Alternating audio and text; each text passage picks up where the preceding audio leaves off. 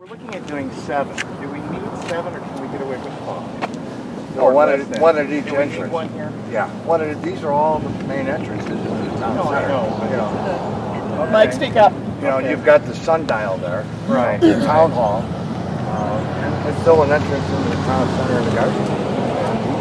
Actually, we considered, didn't we at one time 8 because there's another that's kind of a fairly major entry? But well, we were considering putting one down right at the corner near the stop sign there. Ideally, it would be nice to have 3 poles here. But it's all about money. You know, I mean, you can do them a little bit at a time. You know, as long as we got the power there. That's the fortune that we've got power everywhere. You know. And how much? I'm assuming we're going to put brackets for the banners on these. What do they cost per pole? but where exactly? I mean, where? Okay, here's the power. Yeah. This is the power. I don't mean exactly, but right. I mean, but this, is it like out here? Power, everywhere where I'm picking up power, these are controlled lighting circuits that come from the gardens building. The lighting contacts are controlled via the time clock and the photocell. Okay. We've got power everywhere. That was one good thing they did the gardens. They ran power through these low voltage transformers. You know, 120 volt power. Do we need engineering involved in this?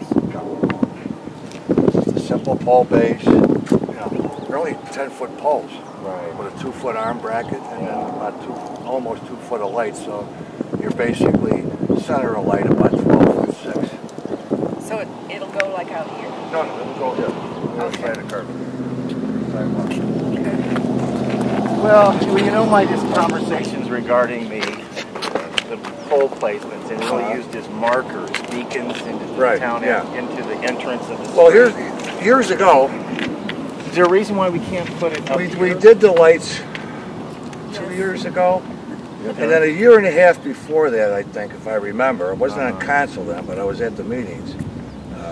This guy, Hap, lighting consultant. Right. You know, they vetted all this out. Oh. And one of the things everybody was concerned about was dark skies.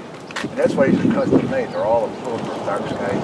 Yeah, lighting, they're really dim. I drove them.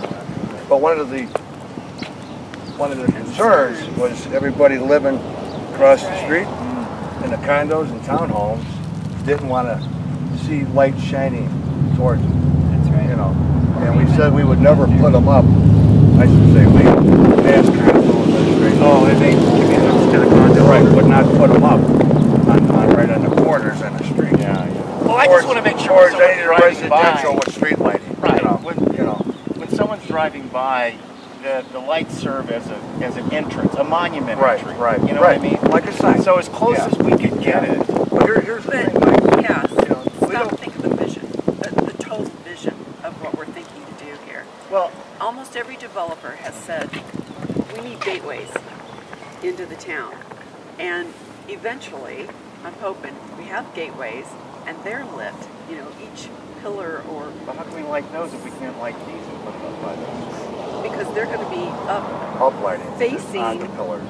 The pillar, not, and they're going to be low voltage, but it's not going to be It's like having not a light that'll a spread street out. light out You know, on the there'll be an street. uplight in the pillars. And those even will be set back. You know. Mike, when I put these in, my first thought was I want to stay as close as possible to power, so there's less cost in the installation of underground work. I know. I remember you saying that. And like I say, we don't want to not take 30 feet. You know, if you're to put it right out in the corner, we're going to throw half of that light out into Cave Creek. Why? We want to light this is the entrance basically, this whole street. You know, this is where we want to get light. Light's going to go about 30 feet that way and 30 feet that way. You know, all those poles down on Easy Street are anywhere from 70 to 90 feet centers. Just to give from pole to pole, that's center to center, pole to pole.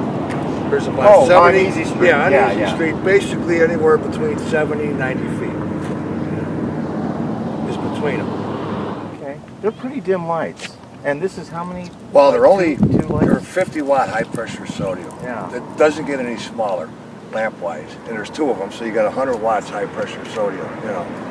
And then those little candelabra lights are cold cathode lamps. They're decorative. They're more for decoration. right here, right up against the sidewalk. It's going to light up the entrance. People are going to see it from Cape Creek Road. They're going to see it coming this way. They're going to see it coming that way. The major concern of people was, oh my God, you've got nice skies here. We don't want that tampered with. Well, I think they've seen that, you know, like you say, it is low voltage. We're okay, and it's in the center of town. Now we're starting to talk about slow ambient light. It doesn't light up the skies because the lamps, they call the cutoff, the top cutoff. The lamps are at the top of that fixture. Yeah. The lamps shine down. Yeah. The light doesn't go out and up. I understand, but people, you know, they hear light is, and they immediately think of the street light. It's going to light up this whole area. Well, we can do the infill It at a would be later nice to time. have another light right at the edge of the driveway, and then one in the corner. You know, be nice. But it's all about money. But that's something that can always be added later on. yeah.